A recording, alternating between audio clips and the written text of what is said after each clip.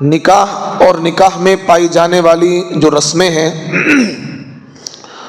ان کے بارے میں آپ کو بتایا تھا کہ وہ کون کون سی رسمیں ہیں جو نکاح میں شامل ہو گئی ہیں، جن کا اسلام سے، قرآن سے کوئی لینا دینا نہیں ہے۔ ہمارا جو ہندوستانی سماج ہے، یہاں پر ہم اور آپ جب اپنے نکاح کی مجلسیں منعقد کرتے ہیں یا بچوں کا یا بچیوں کا نکاح کرتے ہیں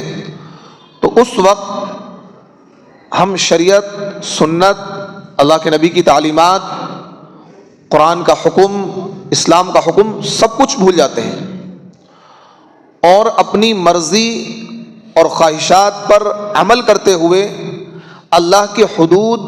اللہ کے قانون کو توڑ کر بہت آگے نکل جاتے ہیں۔ بیاہ شادی کا ایک ایسا موقع آتا ہے کہ جہاں پر بڑے سے بڑے دیندار فیل نظر آتے ہیں،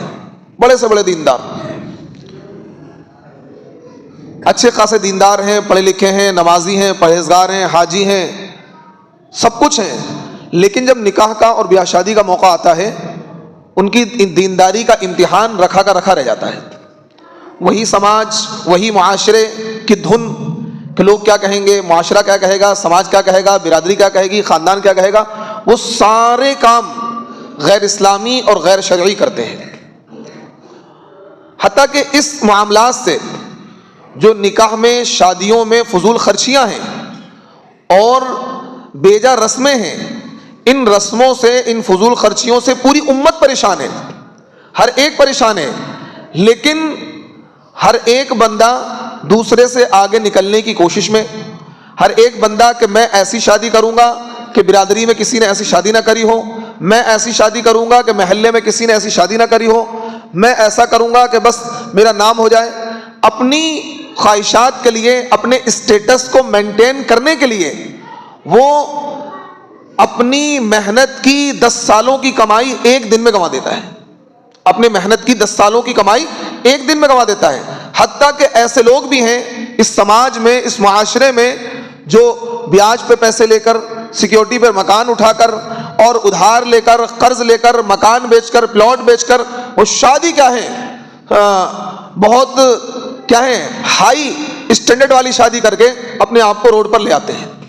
جبکہ نکاح ایک عبادت ہے، عبادت کے تصور سے نکل کر سیلیبریشن کو ہم نے اس کو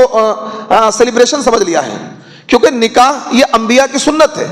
نکاح ایک عبادت ہے۔ اسی وجہ سے اللہ کے نبی صلی اللہ علیہ وسلم نے ارشاد فرمایا النکاح نصف الایمان، نکاح آدھا ایمان ہے۔ اگر ایک شخص بے نکاح ہے اور وہ عبادتیں کرتا ہے، اس کی عبادت پر وہ ثواب نہیں ہے۔ جو بندہ نکاح کرنے کے بعد جو عبادتیں کرے گا اس پر کئی گنا ثواب ہے، اور بغیر نکاح کے جو بندہ عبادت کرتا ہے اس کی عبادت پر وہ ثواب نہیں ہے جو نکاح والے بندے کی عبادت ثواب ہے۔ کیوں؟ نکاح کرنے کے بعد انسان کے ایمان کی تکمیل ہو جاتی ہے، نفس کی حفاظت ہو جاتی ہے، اس وجہ سے اس کی عبادتوں پر ثواب میں اللہ تعالیٰ اضافہ کر دیتے ہیں۔